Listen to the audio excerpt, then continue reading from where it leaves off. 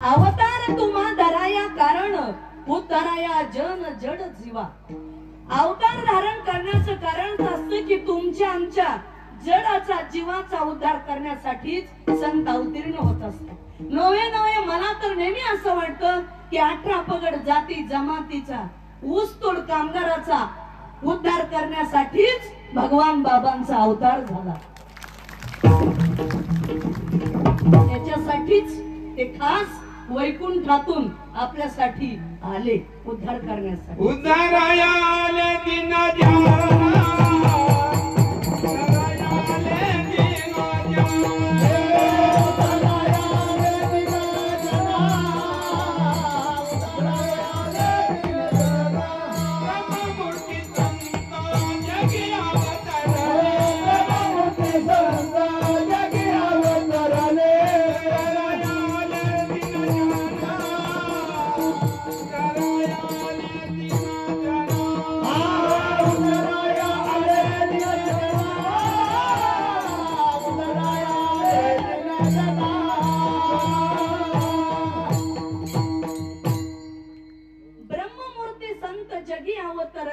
उद्धारावया आले दीन जना। ब्रह्ममूर्ती संत दिनाचा तुमचा आमचा दुबळ्याचा उद्धार करण्यासाठीच भगवान बाबा सारखे संत अवतीर्ण होत असतात। जीवाला यावं लागतं, संत येत असतात आणि देवाचा अवतार असतो। म्हणून संत त्याच्यासाठीच आलेले होते, अवतार घेऊनच तुमचा आमचा उद्धार करण्यासाठी। तेव्हा आपण विषय मांडला होता की भगवान बाबांचा जन्म झाला। मूळ नाव बाबाचं आबाजी होतं, आबाजी तुबाजी पाटील असं नाव होतं। पवित्र सानप कुळामध्ये जन्माला आलेले भगवान बाबा आबा नाव ठेवण्यात आलं। त्या काळामध्ये सावरगावच्या महिला हेल घालण्यासाठी आल्या, साखरपान वाटण्यात आलं आणि आबाला पाहायला गावातून पाहुण्यांची सर्वांची गर्दी झाली। कारण जेव्हा आबाला पाहिलं तेजपुंज चेहरा होता, राजसकुमार मदनाचा पुतळा रवी शशी कळा लोपलिया निमिष न लगे मन वेधिता एवढी तुझी स्वरूपता। आजही तुम्ही भगवान बाबाचा फोटो बॅनरवर लावलेला बघा पाठीमाग। एकदम बाबा संत होतेच होते, पण एखादा राज ऐश्वर्य संपन्न बाबा, राजबिंडा चेहरा होता बाबाचा, शरीर यष्टी तसेच एकदम गोरेपान। जुनी लोक सांगतात भगवान बाबांनी पान खाल्लं तर त्यांच्या घशातून दिसावं असे बाबा गोरे पान होते। एवढा सुंदर देह बाबांचा होता। मुळातच ऐका यशश्री औदार्य ज्ञान वैराग्य ऐश्वर्य हे सहाही गुण वैरे वसती जेत, म्हणून तो भगवंतू। फक्त भगवंताकडे 6 गुण असतात, पण भगवान बाबाकडे सुद्धा ते ऐश्वर्य संपन्न भगवंताचे गुण भगवान बाबा मध्ये होते, म्हणून यांचंही नाव भगवान बाबाच आहे। ज्ञान तेवढंच होतं, वैराग्यही होतं, ऐश्वर्यही होतं, लक्ष्मी पण आहे। लक्ष्मीला तर विचारूच नका, काय बोलायचं कामच नाही। आमचं जन्मगाव आहे तागडगाव, माझी जन्मभूमी। काल भगवान गडावर ज्ञानेश्वर माऊलीचं मंदिर बांधणार आहेत। अक्षरशः तागडगावच्या लोकांनी काल 1,03,00,000 रुपयाचा आकडा झालाय। हे आकडे ऐकून काही लोक वाकडे होतात की इतके आकडे भगवान गडाला कसे। अहो मला तर एक जणांनी एका महाराजाने विचारलं, म्हणले ताई भगवान गडाला लोक इतके पैसे का देतात बरं? म्हणले समाज आमच्या पुढे असतो पण पाठीमाग नसतो। म्हणजे याचा अर्थ त्यांना काय म्हणायचं होतं, विद्वान पंडित होते बरं का मुंडे महाराज पंडित होते चांगले, पुढे लोक पण माग नाहीत। पुढ्यांची गर्दी खूप असते हो, पण पाठिंबा देणारे लागतात। गर्दीला काय करतात, कीर्तन ऐकायला गर्दी खूप, पण ते महाराज म्हणले मी बांधकाम काढलं तर मला कोणी पैसे द्यायला, तुमच्याकडे भगवान गडाला कसे एवढे देतात? मी त्यांना म्हणलं महाराज आमच्याकडे असं आहे हो, भगवान बाबाला पैसे काय काढले ही चिल्लर गोष्ट आहे। पैसे तर लोक देतील, पण एखाद्या आमच्या भागातल्या महिलांना किंवा पुरुषाला जर म्हटलं ना भगवान गडाच्या थराला तुला बसवायचंय तरी लोक बसतील एवढे। लोकांचा जीव की प्राण आहे भगवान बाबा म्हणजे। भगवान बाबानेच आज लोक माणसात बसवलीत. मग बाबासाठी नाही द्यायचं तर कोणासाठी द्यायचं असं आहे. बस आज आम्ही सुद्धा किती ठिकाणी फिरतो कीर्तनाला. मला तर गुरुवारी भीमसिंह महाराजांनी 98 ला महासांगवीच्या गादीवर बसवलं. आंध्रा, तेलंगणा, मध्य प्रदेश, महाराष्ट्र विचारू नका. बाबाच्या पुण्यतिथीचे कीर्तन एवढे केले. पुण्यतिथ्या जयंत्या 2-2 महिने चालतात. आम्ही जर म्हणलं तारीख शिल्लक नाही तर 15 दिवसाने घ्या पण ताई द्या, तुम्ही गडाच्या परिसरातले आहात. एवढं म्हणजे हो, बाबाचं नाव जरी घेतलं ना तर महाराष्ट्रभर कमी पडत नाही हो. म्हणून ऐश्वर्य संपन्न जगलं पाहिजे. विठाल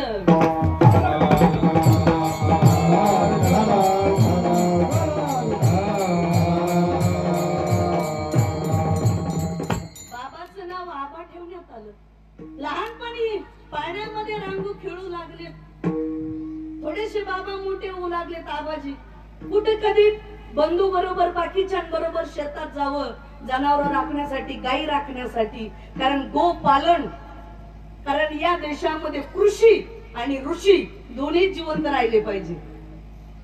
कारण ही ऋषींची ही भूमी आहे आणि कृषींची आहे. म्हणून कृषी धन म्हणजे गोधन आहे आणि त्याचं रक्षण सुद्धा आबाजींनी केलं. 5वी पर्यंत शिक्षण सावरगावला झालं आणि आजोळ बाबाचं लोणी, तालुका शिरूर, जिल्हा बीड, आता नवीन तालुका झाला. लोणीला 6वी-7वीचं शिक्षण केलं. आता आमचं जे गाव आहे तागडगाव, ते भगवान बाबाच्या मावशीचं गाव. माणसं म्हणतात ना माय मारावी आणि मावशी उरावी. खरंच त्या मावशीने पूर्ण स्वतःची जमीन भगवान बाबाच्या नावाने करून दिली. ती जमीन म्हणजे आमच्या वडिलांची जमीन आहे. त्या जमिनीच्या बाजूलाच बाबाला मावशीने दान दिलेली जमीन आहे. तलावात गेली, लाखो रुपये भगवानगडाला ते मिळाले. ही एवढी विशेषता सगळी. मग त्याच्यानंतर एके दिवशी वडिला बरोबर घोड्यावर बसून आबा श्री क्षेत्र नारायणगडावर गेले. माणिक बाबांचं दर्शन घेतलं. नगद नारायण महाराजांच्या समाधीचं दर्शन घेतलं. आनंद वाटला आबाजींना. आणि माणिक बाबांचं दर्शन घेऊन सहज माणिक बाबांना म्हटले, महाराज मलाही तुमच्यासारखं गोसावी व्हावंसं वाटतं. माझ्याही कानात कुंडल घालावी वाटतात. मलाही वाटतं मी महाराज व्हावं. तेव्हा सहज माणिक बाबा बोलून गेले, लहान मुलगा आहे म्हणून समजूत काढावी म्हणून. अहो, ज्याला शिखरावरून खाली उडी मारता येते ना त्यालाच महाराज होता येतं, त्याला गोसावी होता येतं. आता हे माणिक बाबांना काय माहिती असं करतील म्हणून हे सरसर वरती शिखरावरती चढले आणि उंच शिखरावरून खाली उडी टाकली. माणिक बाबांनी बघितलं तर आबाजीला काही झालेलं नव्हतं. तेव्हा माणिक बाबा म्हणले, आता यांना आबा म्हणू नका तर यांना भगवान म्हणा. हे गुरुनी ठेवलेलं नाव आहे. आणि मग भगवान बाबा वयाच्या 11व्या वर्षी गेलेले श्री क्षेत्र नारायणगडावर काही काळ तिथे राहिले. आणि गुरुनाम गुरु बंकट स्वामी महाराज, ज्यांचं भजन महाराष्ट्रभर प्रसिद्ध आहे, हे बंकट स्वामी महाराज नारायणगडावर आले आणि सहज माणिक बाबांना विचारलं, बाबा हे चुनचुनीत गोरेपान हे कोणाचे आहे, कोण आहे? तेव्हा माणिक बाबा म्हणले, स्वामीजी हे भगवान म्हणतात यांना. असं का? मग इथं शिक्षणाची काय सोय? माणिक बाबा म्हणले, स्वामी इथं कसलं शिक्षण, मग मी आळंदीला घेऊन जाऊ का? म्हणले, हो जा ना. मग गुरुनाम गुरु जोग महाराजांच्या शिक्षण संस्थेमध्ये भगवान बाबा गेले आणि तिथं 4 वर्ष कोर्स असतो तो केला. 4-5 वर्ष भगवान बाबा हे तिथे आळंदीला शिकले. आळंदीवरून नारायणगडावर परत आले आणि नारायणगडावरची पहिली दिंडी ही भगवान बाबाने काढलेली आहे. नारायणगड ते पंढरपूर. पहिल्या दिंडीमध्ये फक्त लोक 13 होती. रेड्याच्या पाठीवर सामान टाकलेलं होतं, गाडी पिढी काही नव्हतं आणि 13 लोक घेऊन गेले. आता दिंडी या शब्दाचा अर्थ असा आहे की 18 पगड जाती जमातीच्या लोकांनी वारकरी संप्रदायाच्या भगव्या पताकाखाली सगळ्यांनी एकत्रित येणं याचं नाव दिंडी आहे. अलीकडे लोक मंत्रालयावर सुद्धा दिंडी मोर्चा काढायला लागलेले आहेत, ही गोष्ट वेगळी आहे. तेव्हा ही दिंडी बाबांनी काढली आणि नारायणगडच्या परिसरामध्ये भगवान बाबांनी आता कीर्तनाला सुरुवात केली. आणि बाबाच्या कीर्तनातून पूर्वी आताच्या सारखा सोशल मीडिया नव्हता. फेसबुक नव्हतं, युट्यूब नव्हतं, ट्विटर नव्हतं, इन्स्टा नव्हता, काही नव्हतं. बरं, काही फ्रेंड सर्कल नव्हतं, काहीच नव्हतं. काही नव्हतं. पण चालतं बोलतं कीर्तन करणं म्हणजे सोशल मीडिया. काय असायचं? तुराट्याचा मंडप कधी असायचा तर कधी उघड्यावरच कीर्तन. लाईट नव्हती त्या काळात, टेंब्यावर कीर्तन असायचं. आणि मग बाबांनी पुण्यानंतर बत्ती आली, त्याच्यावर कीर्तन करायची. आणि बाबाच्या कीर्तनात एकच असायचं, एक सांगायचं ते कीर्तन, यकर विकार मुलं शिकवा. शिक्षण हे वाघिणीचं दूध आहे, जो पिल तो गुरगुरल्याशिवाय राहणार नाही. म्हणून तर आज लोक म्हणतात बीड जिल्हा हा ऊसतोड कामगाराचा जिल्हा. पण मी म्हणेल बीड जिल्हा ऊसतोड कामगाराचा राहिलेला नाही, तर बीड जिल्हा हा अधिकाऱ्याचा जिल्हा झालेला आहे. अधिकारी स्पर्धा परीक्षेमध्ये रात्रीच गीते नावाचा मुलगा, मी त्याचा सत्कार करून आले पाठवद्याला. किती अनेक मुलं लागले हो या स्पर्धा परीक्षेमध्ये. हे भगवान बाबांनी सांगितलं, हा मंत्र दिला हो सगळ्याला की शिक्षण हे किती महत्वाचं आहे. म्हणून बाबाचं कार्य. आणि कीर्तनातून भगवान बाबाचं हे असायचं, पशु हत्या करू नका, गो हत्या करू नका, अंधश्रद्धा याच्यावर गदा आणण्याचं काम पहिलं भगवान बाबांनी केलं. मीड सांगवी सारख्या ठिकाणी बोकड कापायची प्रथा असायची. 21 बोकडाची दावण, 11 बोकडाची दावण, आम्हाला मुलगा होऊ द्या. किती अंधश्रद्धा होती. आता बोकड कापल्याने मुलं झाली असते तर लग्न करायची गरज पडली असती का? का बोकड की हो मुलगा, का बोकड की हो मुलगा, असं नसतंच. पण लोक त्या काळात भगवान बाबांनी सांगितलं बोकड कापायचे नाही, रेडा कापायची पद्धत होती. कुठं? वडक्याला, आपलं ते बोगलवाडीला, तेही रेडा बंद केला. पुन्हा गाय कापायची प्रथा होती चिंचाळ्याला. हिंदू मुस्लिम एकत्रित यायचे आणि गाय कापायचे. भगवान बाबा तिथं निघाले, तब्येत बरी नव्हती बाबाची, गडावर होते. काही लोक भक्त म्हणले, बाबा तुम्ही कशाला जाता त्या मॉप मध्ये? पण बाबा म्हणले, नाही मला जावं लागणार आहे. घरात बसणार आहे का एवढं चलत असताना? साधू हा रणांगणातच दिसला पाहिजे. आणि जीवनात एक वाक्य लक्षात ठेवा, सडत सडत जगण्यापेक्षा लढत लढत जगा, त्याला म्हणतात जगणं. आणि बाबांची वृत्ती अशी लढावी होती, लढलंच पाहिजे जीवनामध्ये. काय करणार? एके ठिकाणी सुंदर एक हिंदी शेर आहे, युद्धों को गांव का भी सीना सीखो, युद्धों को गांव का भी सीना सीखो, विष छोड़कर अमृत पीना सीखो, ये चांद सितारों पे उड़ने वालों, मनुष्य होकर अभी धरती पर जीना सीखो, जीना सीखो. जगायचं आलं, चांगलं जगा, मस्तीत जगा. हे सडक जीवन नाही जगायचं. परमार्थ केला तरी दृष्ट लागेल असा करा, आणि प्रपंच केला तरी दृष्ट लागेल असा करायचा. ते दरिद्री नाही जगायचं. कशामुळे जगायचं? अरे परमेश्वराने 2 हात 2 पाय दिले, चांगलं जागा, फ्रेश जागा, काही टेन्शन घेत जाऊ नका. पण माणसं उगीच म्हणत राहतात, इकडे असं झालं तिकडे तसं झालं. चालणारच आहे, जग आहे. सत्ययुगात चाललंय, सत्य, त्रेता, द्वापार आणि कली हे चलतच राहणार आहे जग. तुमच्या बोलण्याने आणि न बोलण्याने जग सुधारणार नाही.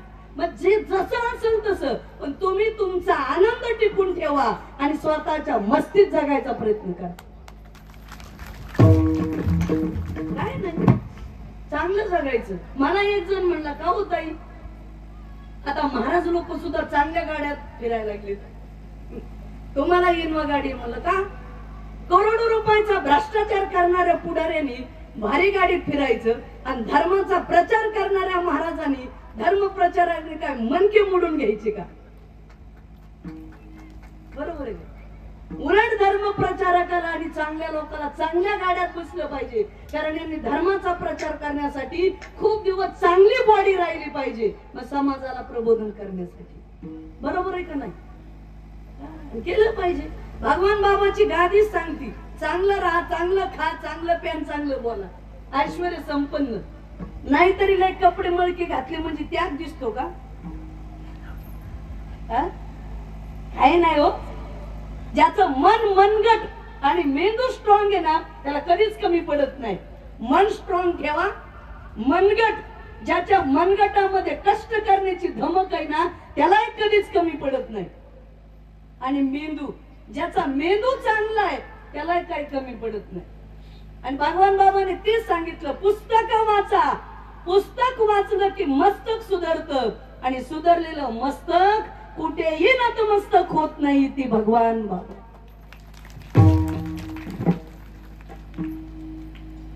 असं काय तुम्ही टाळ्या वाजवतात तरी पण पाहिजे तशा देत नाही.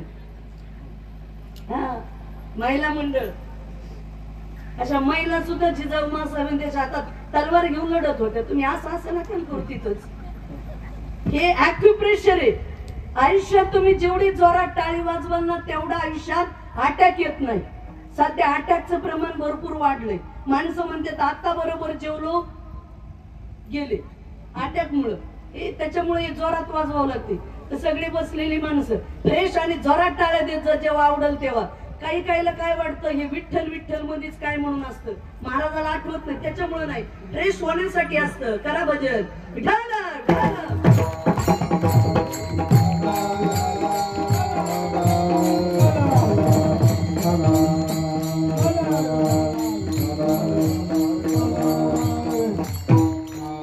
असं भगवान बाबांचं कार्य खूप मोठं होतं.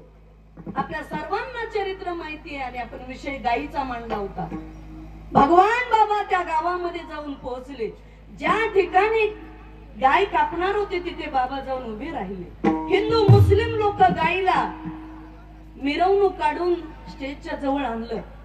बाबा उभे होते. भगवान बाबांनी सांगितलं गायीला मारू नका. लोक म्हणले बाबा आमची दरवर्षी गावची परंपरा आहे. भगवान बाबांनी सांगितले बघा, गो हत्या पशु हत्या करणं हे काय बरोबर नाही. मांस खाता हौस करी जोडोनी वैरी ठेवीला. तुम्ही जर मुक्या प्राण्याची हत्या करून आपलं पोट भरलं तर आपल्याला सुद्धा तो वैरी जोडून ठेवतो बरं का. तुम्ही सांगा कोंबडी मारत असताना ती पण ओरडतीच ना, कॉक कॉक. बोकड पुन्हा ब्या म्हणतं. तसं आपण सुद्धा जे बोकड कापून खाते त्यांना सुद्धा ब्या म्हणायची वेळ येते बरं का. काही लोक आम्हाला पुन्हा विचारतात, नाही नाही पण बोकडाला जर नाही खाल्लं तर मग त्यांचं कसं होईल. काय काळजी करायला लागली हो तुम्ही. म्हणून मारू नये. तुम्ही सांगा किती दिवस गाढव उपाशी राहिलं म्हणजे नॉनव्हेज खातो. कधी गाढवाने हरळ सोडून खाल्लं का. पण तुम्हाला सांग का माणूस एक असा प्राणी याने काहीच खायचं शिल्लक ठेवलं नाही बर का. शत्रुघ्न महाराज त्याच्याकडं खात यावं आणि त्यांनी खावं. फक्त तसं खात यावं.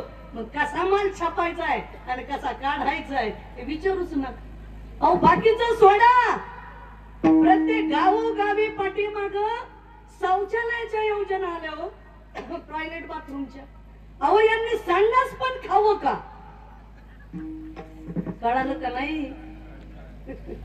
संडासच्या स्कीम मधलं सुद्धा खाल्लं. याच्यापेक्षा काय असावं. अहो येऊ द्या ना गोरगरिबापर्यंत संडास बांधू द्या ना. पण महिला मंडळ संडास बी प्रत्येक गावात आले. स्वच्छता अभियान राबवा. तर काही काही गावामध्ये आजही गाडी घालू वाटत नाही हो सकाळी सकाळी. मी तर गाडीच्या काचा बंद करून डोळे झाकून घेत असते गाव जाईपर्यंत. काही ठिकाणी अजूनही अस्वच्छतेचा अभावच. टॉयलेट बांधले पण त्याच्यात गावऱ्यान सरपण ठेवले. काय माणसं काही काही. ते काय ते ठेवायचं कारण आहे का. काहीतरी हे करा ना. म्हणून आपला विषय चालला होता खात. काय खावं, चांगलं खावं. कोविडच्या काळामध्ये तुम्हाला सांगू का एका ठिकाणी तर कुत्र्याचं मटण खाल्लं माणसाने. तुम्हाला वाटतं सगळ्याच हॉटेलला प्युअर भेटतं. हो खाली बसलेली पलीकडची तरुण मंडळी ओळखीच्या हॉटेलमध्ये तरी खात. अवघड आहे, सोपं नाही. कुठं खाऊ. आम्ही एक जण म्हटलं तसं कशाला खाता, चांगलं खा. सर्वात चांगलं जेवण महाराष्ट्रातलं एक नंबर म्हणजे पुरणपोळी. पुरणपोळी खात जा. तो भक्त मला म्हणला ताई तसं नाही, 1000 पोळी एकच नळी.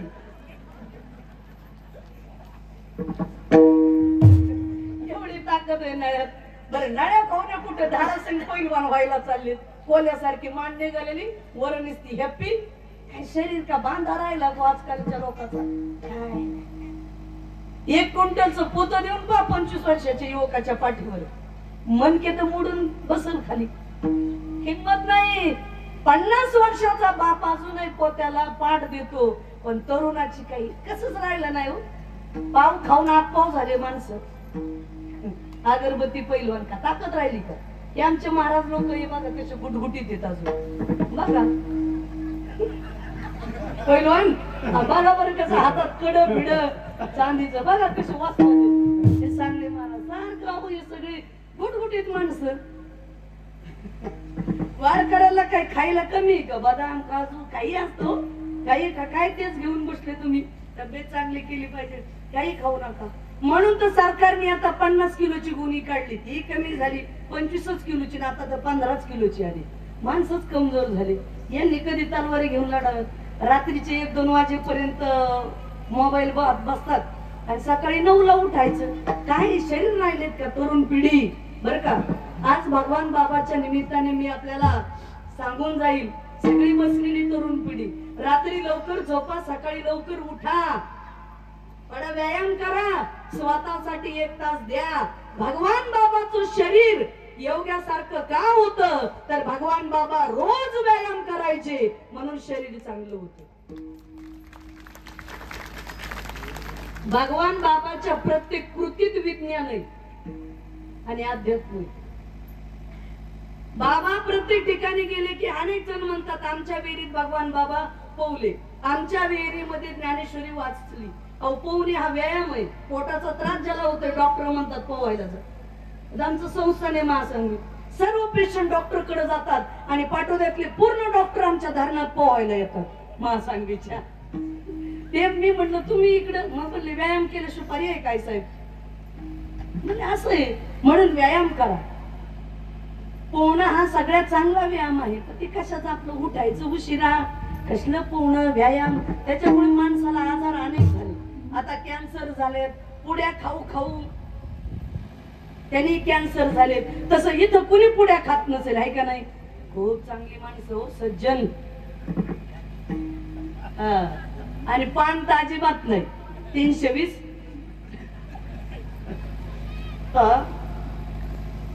काय सांगू, 120-300 का बघाय गे असे तर काय सांगू तुम्हाला. टावर खालीच रेंज गेली. आम्ही तुम्हाला सांगतो आणि आमच्या बरोबरच काही जण तंबाखू खाते. काय आता आणि रोज आमचं भांडण असतं. कार्यकर्ते आमचे मी फक्त काय सांगाव, रोज आमचं भांडण.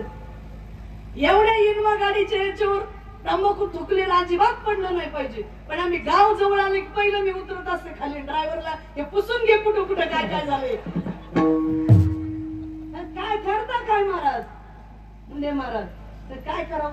सवय आमचं रोज चालतं. तंबाखू सोडल्या पाहिजेत. काही काही लोकात बदलच होत नाही. काय करावं काय या लोकाला.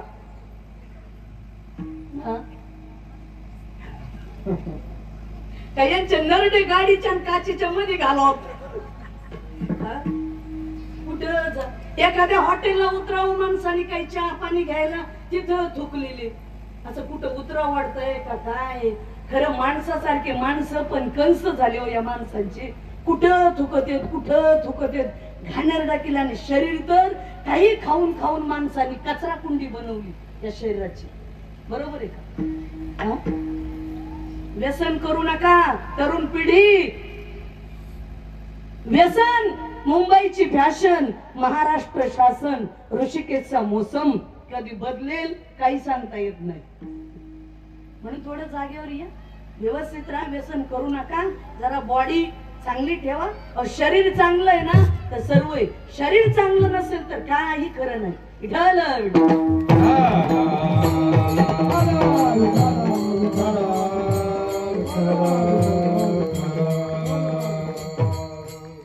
संत भगवान बाबा यांनी त्या लोकांना सांगितलं मी काय मारू देणार नाही. पहिली तलवार भगवान बाबाच्या मानेवर पडेल, नंतरच गाय मारल्या जाईल. त्याला म्हणतात भगवान बाबा. गोहत्या बंद केली. असे अनेक कार्य भगवान बाबांनी आपल्या आयुष्यामध्ये केले.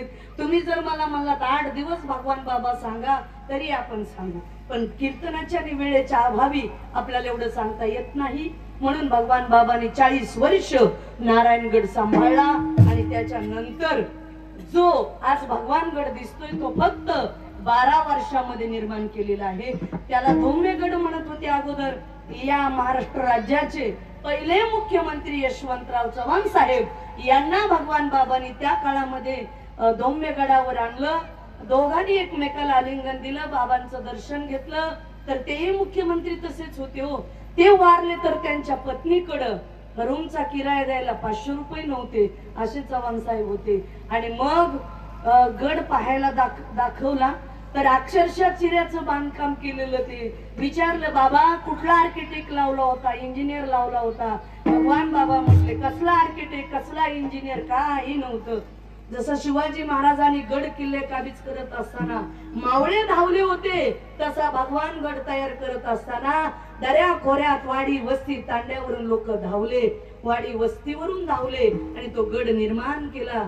ज्या ठिकाणी सभेचं ठिकाण होतं त्या ठिकाणी मुख्यमंत्री बोलायला उभे राहिले आणि मुख्यमंत्र्यांचं वाक्य होतं की या गडाला आता धोम्यगड म्हणू नका, तर या गडाला भगवान गड म्हणा. भगवान बाबा की जय, भगवान बाबा की जय, भगवान बाबा की जय. असा गड चंद्र सूर्य असेपर्यंत अजरामर झाला. त्याच गडावर या देशाचे लोकनेते माजी केंद्रीय ग्रामविकास मंत्री आदरणीय गोपीनाथरावजी मुंडे साहेब हे सुद्धा शेवटपर्यंत भगवान गडावर दरवर्षी दसरा मेळाव्याला यायचे, दरवर्षी. आणि आपल्याला सांगून जाईल, भगवान बाबा पहिले संत आहेत की ज्यांचं पोस्टाचं तिकीट निघालं. नाही तर आतापर्यंत कुठल्या संताचं पोस्टाचं तिकीट नाही, हे बाबाच आहे. याला काय कारण? मुंडे साहेब होते, प्रमोद महाजन साहेब जिवंत होते आणि अटल बिहारी वाजपेयी या देशाचे पंतप्रधान होते. तुम्हाला सांगू का, माणसाने जेवायला कुठेही बसावं पण वाढप्या ओळखीचा लागतो. वाढप्या ओळखीचा असेल ना तर 2 वंजळी जास्तच पाडतात ताटामध्ये. माणसाला का म्हणा तोंड पाहून वाढतात बरं बुंदी. आता हे जर असेल तर तो वाढप्या ओळखीचं जर असेल तर काम होतच ना. तसं मुंडे साहेब. आम्ही आता बाबांच्या फोटो समोर नारळ फोडला, पूजा केली मुंडे साहेबांची. देवघरामध्ये मुंडे साहेब गेले हो, देवघरात. आणि लोकमान्य टिळकाच्या नंतर लोकनेते ही पदवी मुंडे साहेबालाच आहे. आता कुणी लोकनेता लावतोय त्याला अर्थ नाही, त्या काही विचारायचं काम नाही. पण लोकनेते त्याच्यानंतर मुंडे साहेबच. लोकनेता कोणाला म्हणतात? ज्यांनी लोकांची सेवा केली आणि त्याच लोकांनी मुंडे साहेबांना लोकनेते ही पदवी दिली. कुणालाही मिळत नाही. म्हणून मुंडे साहेब फार मोठं व्यक्तिमत्व. साहेबाचा विषय निघाला, त्या विषयावर किती बोलावं काय बोलावं. मुंडे साहेबाच्या जयंतीचे पुण्यतिथीचे महाराष्ट्रभर अनेक कीर्तन केली आम्ही, अनेक कीर्तन केली. दिल्लीला तर साहेबाच्या शपथविधीला मी स्वतः 4 दिवस हजर होतो. आम्ही मुंडे साहेब शपथ घेऊन आले आणि खासदार निवासला फार मोठी मिरवणूक काढली. काही सोबत अक्षरशः आम्ही फुगडी पण खेळलो, आमचा महाराजपणा विसरून. मला इकडून काहीचे फोन आले, म्हणले आई साहेब तुम्ही तर याला पोहोचला, तो दिल्लीत आहे. तर मुंडे साहेबा शपथविधीला. म्हणलं मग गड्यानो राजा किरी झाला, कृष्ण सिंहासनी बैसला. इतिहासाचं साक्षीदार झालं पाहिजे महाराज. पुन्हा भेटच नाही, ती शेवटचीच भेट ठरली. पण मुंडे साहेबाविषयी एक वाक्य बोलून जाईल. डबडबले अश्रुनिशी, डबडबले अश्रुनिशी महाराष्ट्र सारा उभा. साहेब एकदाच परत येऊन बघा, काय होता आमचा गुन्हा, काय होता आमचा गुन्हा, कशाची दिलीत सजा. राजकारणाच्या पटलावरून आपला राजाच झाला वजा, आपला राजाच झाला वजा. हे म्हणायची वेळ तुमच्या आमच्यावर आली. मुंडे साहेब फार मोठं. नेतृत्व, कर्तृत्व, दातृत्व फार महान व्यक्तिमत्व होतं. असो, तेही आपल्यातून गेले, पण अशी माणसं जिवंत असतात. शरीर रूपाने ते जातात, पण कीर्ती रूपाने शिल्लक असतात. पण भगवान बाबाकडे कायम दर्शनाला यायचे. आपल्या संस्थांवर येऊन गेले अनेक ठिकाणी. भगवान मुंडे साहेबांनी सुद्धा जीवनात राजकारण केलं, पण समाजकारण, अध्यात्म अनेक ठिकाणी विकासाचं काम साहेबांनी केलं, खूप ठिकाणी. असो, आणि गोरगरिबांचे नेते होते मुंडे साहेब. मी तुम्हाला चालता एक मुंडे साहेबाचा प्रसंग सांगेन. संगमनेर तालुक्यामध्ये सोनुसी नावाचं गाव आहे.